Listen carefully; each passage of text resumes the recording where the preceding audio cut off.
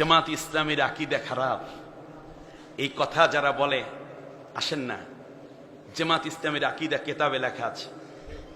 আকীদাই যদি খারাপ হতো তাহলে সামনে ছিল বিশাল সংবর্ধনা আর মাথার গলার কিনারে ছিল ফাঁসির রশি। ফাঁসির রশিকে তারা বরণ করেছে। হুজুর, আপনি ওই রকম ফাঁসির জায়গায় একবার গিয়ে তারপরে আকীদা যাচাই করবেন, এর আগে কোনো কথা কইেন না।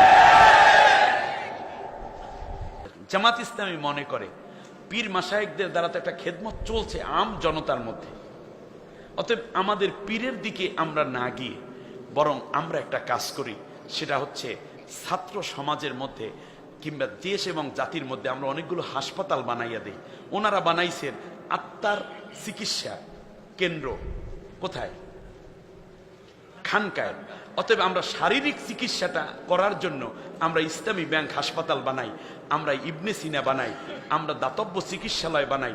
তাহলে তারাও আমাদের ভাই, তারাও মুরিদ হচ্ছে, পীর হচ্ছে, আর ওনারা তো একটা খেদমত দিয়ে যাচ্ছেন তাজকিয়া নফসের জন্য। আমরা আবার তাজকিয়ায়ে জেসেমের জন্য আমরা এরকম উন্নত চিকিৎসার ব্যবস্থা করলাম। কারণ জামাতের আকাঙ্ক্ষা হলো দুইও ভাইরেই একসময় এসে এই জমিনে আল্লাহর কোরআনের রাজ কায়েম করব।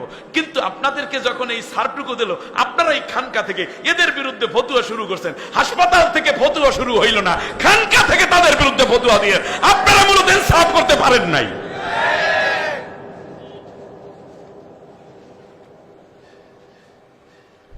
তবলিগ জামাতের ভাইয়েরা জেনারেল শিক্ষিত মানুষগুলোর মধ্যে দরদ দিয়ে দিয়ে ভালোবেসে, কখনো 3 দিনের সাথী ভাই 7 দিনের, কখনো গাস্ত, কখনো মাশওয়ারা, কখনো মুহাসাবা ইত্যাদি দিয়ে দিয়ে সকালবেলা সুন্দর করে করে বিভিন্ন তরবিয়াতি বৈঠকের মাধ্যমে একদল মানুষ বের করে দিনের রাস্তায় বের করে ফেললেন। আলহামদুলিল্লাহ, জামাতের ভাইরা চিন্তা করলো এই লাইনটা তো আমাদের ভাইরা আছেই, কারণ ওরা আমাদের ভাই, এক সময় তো সবাই এক জায়গায় হব, বাস আলহামদুলিল্লাহ আপনারা চালাই দেন।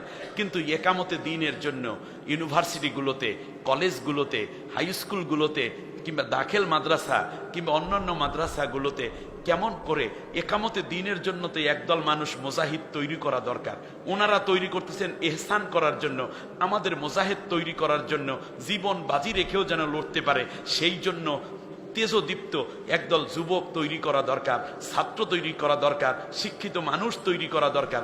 এই জন্য তারা আবার এখানে কোরআনের দার্স দিলেন, কোরআনের স্টাডি ক্লাস করলেন, তাদেরকে তিল তিল করে গড়ে গড়ে তাদেরকেও শপথবদ্ধ, ওনাকে যেমন আবার চিল্লা দেওয়ার জন্য শপথ বানাইলেন, এখানেও আবার দিন প্রতিষ্ঠার জন্য শপথের কর্মী বানালেন। জামাত ইসলামের নেতৃবৃন্দ এবং দায়িত্বশীলদের আকাঙ্ক্ষা ছিল যেহেতু দিন কায়েম করা ফরজ, ডাক দিলে ওই ভাইরাও আমাদের সাথেই সামিল হবে, কারণ আমরা তো তাদের বিরুদ্ধে কোনোদিন ফতুয়া দিই না এবং আমাদের কাজের সাথে তাদের কাজের কোনো অমিল নেই। এক কোরআন থেকেই তো কাজ করতেছি, সুতরাং সবাই মিলে একই থাকবো। যেমন একটি মার্কেটে ঢুকলে কেউ সুপারি, পান সুপারি বিক্রি করে, কেউ কাপড়ের দোকান দেয়, কেউ আবার মিষ্টির দোকান দেয়, কেউ ঔষধ বিক্রি করে, কেউ আবার মাছ বিক্রি করে, কেউ মুদি দোকান দেয়, কেউ স্বর্ণের দোকান দেয়। সুতরাং আমাদের মধ্যে তো কোনো পার্থক্য নেই, সব মিলিয়ে তো একটা মার্কেট, সব মিলিয়ে তো একটা মার্কেট। অতএব আমাদের অসুবিধা কিছু হওয়ার কথা না, কারণ আমরা সবাই ইসলাম পালন করি। এই জন্য আজ থেকে বলি, শোনেন, চ্যালেঞ্জ করে গেলাম, জামাতের প্রতিষ্ঠা লগ্ন থেকে এই 84 বছরে বাংলাদেশ জামাত ইসলামী কোন পীরের বিরুদ্ধে, তবলিগের বিরুদ্ধে, কওমিদের বিরুদ্ধে একটি ফতোয়াও দেয় নাই।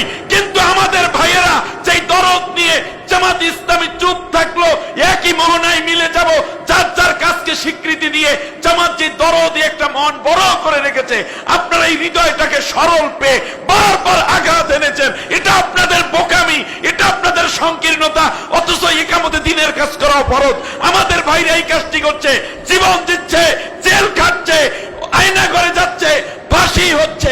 আপনাদের দরদ দেখানো উচিত ছিল, বরং ফতুয়া দিয়া বারবার তাদেরকে আহত করার চেষ্টা করছেন। মনে রাখবেন, এটা আপনাদের প্রতি, আপনারা যা করছেন এটা মূলত তাদের প্রতি বড় রকমের অন্যায় করা হচ্ছে। আত্মসমালোচনায় আপনাদের যাওয়া দরকার। মানুষের সংগঠন হিসাবে দোষ ত্রুটি থাকবে, এটা নবীদের সংগঠন না। কিন্তু সেই দোষ ত্রুটিকে আপনি বাইরে বলার জন্য তবলিগ করেছেন, কওমিতে পড়েছেন এই জন্য, আপনি বড় হুজুর হয়েছেন এই জন্য, তাহলে আপনার ভুল হয়েছে। তার কারণ জামাত ইসলামী কোনো ব্যক্তি বিশিষ্ট নয়, এটা একটি সংগঠন। বাতিলরা ঠিকই চিনে চিনে লোকগুলোকে ধরে ধরে ফাঁসি দিল। আপনি এক কালেমার দাওয়াত দিয়ে আপনি কি চমৎকার আয়োজনে খাচ্ছেন, পড়ছেন, আপনি সুন্দর করে জীবন জীবিকা নিরাপত্তা পাইলেন তাগুতের কাছ থেকে, আর ওই কালেমার দাওয়াত দিতে গিয়ে একদল মানুষ ফাঁসির মঞ্চে চলে গেল। আপনার চোখের সামনে কতগুলো লাশ ফেলে দেয়া হলো, এরপরে আপনি বুঝতেছেন এই লোকগুলো সত্যকে কত ভালোবাসলো। একবার নিজেকে কোশ্চেন করলেন না, শেষকালে করলেন তার আকীদা খারাপ। আকীদা নিয়ে আপনি প্রশ্ন কইরেন না। ছোট বাচ্চারা স্কুলে যাওয়ার আগে যখন মন চায় না স্কুলে যাইতে, তখন বাচ্চারা কি করেন জানেন? বলে না ফোড়া হইছে, তা তো মায় দেখে, এই ফোড়া কই দেখি, ফোড়ার অজুহাত দেয় না। এরপরে আব্বু চোখে ব্যথা করে, দেখি না তো চোখ তো লাল হয়নি, তোর ব্যথা নেই। আব্বু আম্মু আমার মাথা মানে গরম, জ্বর হয়েছে, জ্বর হইতে গাও গরম হয়, এটা দেখা যায়, তোর গাও তো ঠান্ডা, কোনো জ্বর নেই, দৌড় স্কুলে। আম্মু আমার মাথাটা খালি ব্যথা করে, মাথা ব্যথা, এই পেশ দিয়ে রক্তটা একটু মোটা হওয়ার কথা। তখন বাচ্চারা কি বলে জানেন? আম্মু আমার পেটটা ব্যথা করে, আম্মু আমার বুকের মধ্যে জানি কেমন করে।